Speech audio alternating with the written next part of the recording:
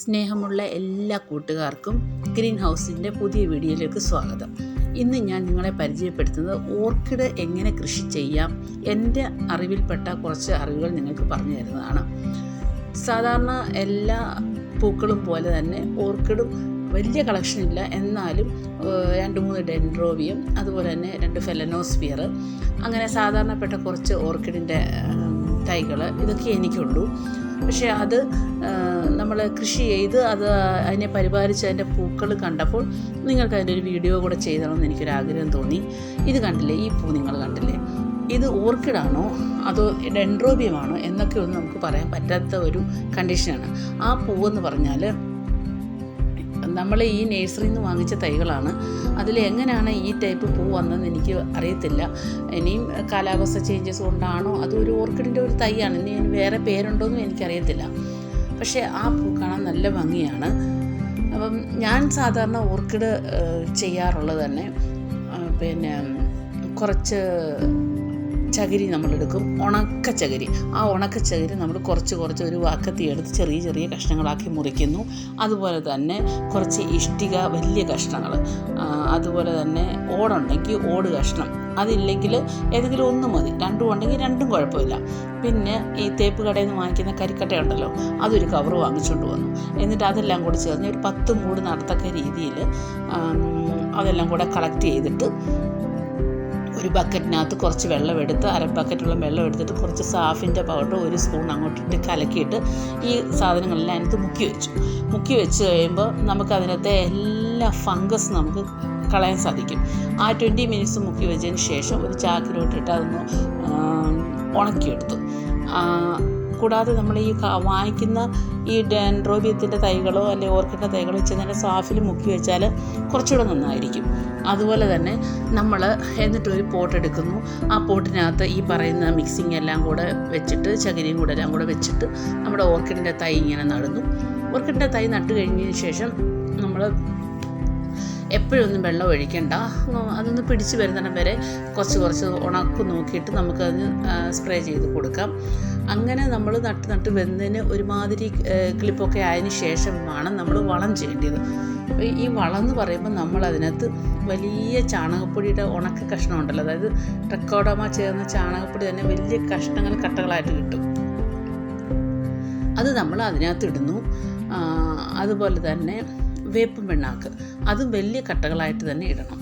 കാരണം നമ്മൾ ഓർക്കിഡിനകത്ത് ഒച്ച് കയറാനുള്ള ചാൻസ് കൂടുതലാണ്. അപ്പോൾ അതിനെ ആദ്യം പ്രൊട്ടക്റ്റ് ചെയ്ത് ഹാങ് ചെയ്യാനാണ് നോക്കേണ്ടത്. നല്ല തണൽ നോക്കിയിട്ട്, നിങ്ങളിപ്പോൾ കണ്ടില്ലേ ഷെയ്ഡിലൊരു കമ്പി വളച്ച് അതിനകത്ത് കൊച്ചി കമ്പി ആക്കിയിട്ട് നമ്മളൊരു ഹാങ്ങിങ് പ്ലാൻ ഇടുന്നു. അതിന് തൊട്ട് താഴെയായിട്ട് അടുത്ത സെക്ഷനാണ് നമ്മൾ പൂത്ത ഓർക്കിഡൊക്കെ എന്നിട്ട് കമ്പി അതിനകത്തൂടെ കയറ്റിയിട്ടാണ് ഞാൻ അടുത്ത ഓർക്കിഡൊക്കെ ഇങ്ങനെ ഹാങ് ചെയ്തിട്ടിരിക്കുന്നത്. അപ്പോൾ ഒച്ചൊന്നും കയറത്തില്ല. അത് ഒച്ച് കയറി കഴിഞ്ഞാൽ പിന്നെ ഭയങ്കര പാടാണ്. അതിനെ തപ്പിപ്പിറക്കി പിന്നെ ആ പോട്ടിൽ നിന്നൊക്കെ എടുക്കാൻ ഭയങ്കര പാടാണ്. ഇതുവരെ എനിക്കങ്ങനെ ഒച്ച് കയറി കണ്ടിട്ടില്ല. ഇങ്ങനെ ഇടുന്നതുകൊണ്ടായിരിക്കാം. എല്ലാം ഓർക്കിഡും ഞാൻ ഹാങ് ചെയ്ത് ഷെയ്ഡിൻ്റെ ഭാഗത്താണ് ഇട്ടേക്കുന്നത്. വീടിൻ്റെ പടിഞ്ഞാറ് സൈഡും കിഴക്ക് സൈഡിൽ 2-3 ഫ്രണ്ടിൽ പൂത്ത ഓർക്കിഡ് മാത്രം ഞാൻ ആ സൈഡിൽ നിന്ന് പിറക്കി പൂത്ത ഓർക്കിഡ് മാത്രം കൊണ്ട് ഫ്രണ്ടിൽ വയ്ക്കും. അത് തീരുമ്പോൾ അടുത്തത് എടുത്തുകൊണ്ട് വരും. അപ്പോൾ ഈ ഓർക്കിഡ് എന്ന് പറഞ്ഞാൽ എല്ലാ 3 മാസം കൂടെ പൂക്കൾ വരും. അപ്പോൾ അത് കാരണം നമുക്ക് അങ്ങനെ ചെയ്യാൻ പറ്റും. പിന്നെ ഇടയ്ക്കൊക്കെ ഓർക്കിഡ് നോക്കണം, പന്ന ഇലകളൊക്കെ ഉണ്ടെങ്കിൽ നമ്മൾ കട്ട് ചെയ്ത് മാറ്റുക.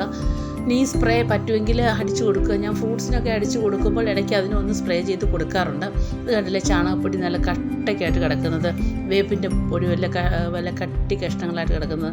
അങ്ങനെ ആകുമ്പോൾ നമ്മൾ വെള്ളം ഒഴിച്ച് കൊടുക്കുമ്പോൾ ഇത് ഗ്രാജ്വലി ഇത് കുറച്ച് വളവും അതിന് കിട്ടിക്കൊണ്ടിരിക്കും. നമ്മളിതിൻ്റെയൊക്കെ പൊടിയായിടുന്നെങ്കിൽ ഒരു വെള്ളമൊക്കെ ഒഴിക്കുമ്പോൾ തന്നെ അതെല്ലാം ദാന്ന് പറഞ്ഞ് പോട്ടിൽ കൂടെ വെളിയിൽ പോവുകയും ചെയ്യും. അതുകൊണ്ടിങ്ങനെ ഫിക്സഡ് ചെയ്ത് വലിയ കട്ടകളാക്കി ഇട്ട് കഴിഞ്ഞാൽ ഗ്രാജ്വലി അതിന് വളങ്ങൾ കിട്ടുകയും ചെയ്യും. പിന്നെ പൂക്കളൊക്കെ പൂത്ത് കഴിഞ്ഞാൽ ഇതിൻ്റെ മുകളങ്ങൾ എല്ലാവരും വലിയ സേഫായിട്ടൊക്കെ കട്ട് ചെയ്യണം. അത് ബിസിനസ്സുകാർക്കൊക്കെ അങ്ങനെ പറ്റത്തുള്ളൂ. പക്ഷെ ഞാനതിൽ നിന്ന് ഇങ്ങനെ പറിച്ചെടുത്ത് കഴിഞ്ഞിട്ട് വേറെ പോട്ടിലോട്ട് നട്ട് വയ്ക്കും. അപ്പോൾ ഈ പറിച്ചെടുക്കുമ്പോൾ മറ്റേന് കേടുപാടുകൾ വരും. അന്നേരം നമ്മളതിന് സാഫ് കുറച്ച് പൊടി അതിനകത്ത് ഇട്ട് കൊടുക്കും. ഈ സാഫ് പൊടി ഉണ്ടെങ്കിൽ വീണ്ടും അതിനകത്ത് ഒരു ഫംഗസ് നമുക്ക് വരത്തില്ല. അതുപോലെ തന്നെ വേപ്പ് പിണ്ണാക്കിൻ്റെ കട്ട അതിനകത്ത് കിടക്കുമല്ലേ. പിന്നെ ഒരുപാട് വെള്ളം കെട്ടാതെ നോക്കണം. നമുക്കറിയാം ഓർക്കിഡിൽ സാധാരണ ഇങ്ങനെയൊക്കെ കഴിച്ച് കഴിയുമ്പോൾ അധികം വെള്ളം കെട്ടാറുമില്ല. പിന്നെ പൂക്കൾ നമുക്ക് സീസണിൽ അങ്ങ് കിട്ടിക്കോളും. അതുപോലെ തന്നെ കൂടുതൽ കിട്ടണമെന്നോ ആഗ്രഹം ഉണ്ടെങ്കിൽ ഇടയ്ക്കിടയ്ക്ക് തേങ്ങാവെള്ളം ഇല്ലേ, അത് പുളിപ്പിച്ചൊഴിക്കണം എന്നാണ് പറയുന്നത്. പക്ഷേ തേങ്ങാവെള്ളം ഞാൻ എപ്പോൾ പൊട്ടിക്കുന്നോ അപ്പോൾ ഒത്തിരി ഉണ്ടെങ്കിൽ കുറച്ച് കുടിക്കും. ബാക്കിയുള്ളത് ഇരട്ടി വെള്ളം ചേർത്തിട്ട് എല്ലാ ഓർക്കിഡും എന്ന് പറഞ്ഞ് ഒന്ന് സ്പ്രേ ചെയ്ത് വിടും. പിന്നെയും നമ്മളൊരു തേങ്ങ പൊട്ടിക്കുന്നു, പിറ്റേ ദിവസം പൊട്ടിക്കുന്നു. അപ്പോൾ അങ്ങനെ ദിവസം ഇതിൻ്റെ തേങ്ങയുടെ ഇതും കിട്ടുന്നു. അപ്പോൾ ചാണകപ്പൊടിയായി, വേപ്പിൻ പിണ്ണാക്കുമായി, അതായത് സമയങ്ങളിൽ അതങ്ങ് കിളിച്ചോളും. പിന്നെ അതുപോലെ നിങ്ങളും ചെയ്യുക. അതാണ് ഞാൻ പറഞ്ഞത്, വലിയ കെയറായിട്ട് പോയി കഴിഞ്ഞാൽ ഒക്കത്തില്ല. പിന്നെ വേറൊരു ടെക്നിക്കുണ്ട്. ഞാനൊരു PVC പൈപ്പ് ഇങ്ങനെ വെച്ചിട്ടുണ്ട്. അതിനകത്ത് കുറച്ച് കയറൊക്കെ പിരുത്ത് വെച്ചിട്ട് ഈ ഓർക്കിഡിൻ്റെ പോട്ടുകൾ എടുത്തിട്ട് തൈകൾ പിടിപ്പിക്കാൻ വേണ്ടി ഇങ്ങനെ എല്ലാ മിക്സിങ്ങും ഇട്ട് തൈകൾ വെച്ച് ഞാൻ പിടിപ്പിച്ചിരിക്കുന്നത് കണ്ടില്ലേ. അപ്പോൾ അങ്ങനെ ആകുമ്പം അതിൽ നല്ലോണം കിളിച്ച് വരുമ്പോൾ അതെടുത്ത് ഹാങ്ങിങ് പോട്ടിലോട്ട് മാറ്റി സെപ്പറേറ്റ് ആക്കി വയ്ക്കും. ഇതാകുമ്പോൾ ഞാൻ ഷെയ്ഡി വെച്ചിരിക്കുന്നത് കൊണ്ട് നമുക്ക് പെട്ടെന്ന് തൈകൾ പിടിപ്പിച്ചെടുക്കാനായിട്ട് സാധിക്കും. ഒരുപാട് തൈകൾ തിങ്ങി നിറയാൻ നമ്മൾ അനുവദിക്കരുത്. അപ്പോൾ കുറച്ച് പറിച്ച് മാറ്റി സെപ്പറേറ്റ് ആക്കാം. ഞാനൊരു 3-4 തൈകൾ തുടങ്ങിയതാണ്. പക്ഷേ ഇപ്പോൾ കുറേ ആയി, 10-20 മൂടോളം ആയി ഉണ്ട്. ഇതെല്ലാം ഡെൻഡ്രോബിയമാണ്.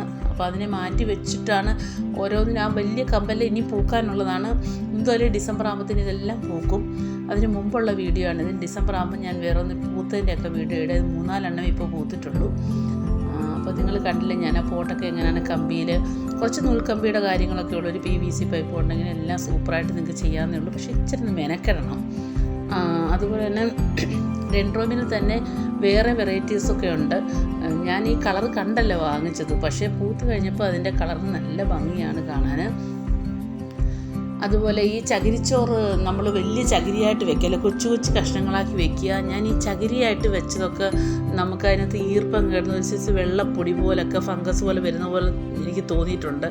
അത് കാരണമാണ് ഞാൻ ഈ പറഞ്ഞത്. അങ്ങനെ എനിക്ക് അനുഭവം ഉള്ളത് കൊണ്ടാണ് സാഫിൽ മുക്കി വെക്കാൻ പറഞ്ഞത്. സാഫിൽ മുക്കി വെച്ച് ഒന്നും ഒരു ചകിരിക്കും ഒരു പോറൽ പോലും കാണത്തില്ല. നിങ്ങൾ നോക്കി, എന്ത് ചകിരി നല്ല നീറ്റായിരിക്കും.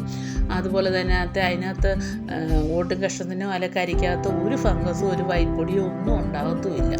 അപ്പോൾ നിങ്ങൾക്ക് എൻ്റെ ചാനൽ ഇഷ്ടപ്പെട്ടെങ്കിൽ ലൈക്ക് ചെയ്യണം, കമൻ്റ് അറിയിക്കണം, സബ്സ്ക്രൈബ് ചെയ്യണം മറക്കാതെ. എൻ്റെ അടുത്ത വീഡിയോസൊക്കെ കാണണം. പിന്നെ ഇതിൽ എന്തെങ്കിലും ഫോൾട്ടുകളുണ്ടെങ്കിൽ പറയണം. നിങ്ങളുടെ ടിപ്സുകളുണ്ടെങ്കിൽ എനിക്കും പറഞ്ഞു തരണം.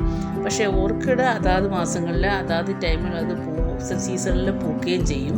കൂടുതൽ കിട്ടുന്ന ടിപ്സാണ് ഞാനിത് പറയുന്നത്. ഓക്കെ.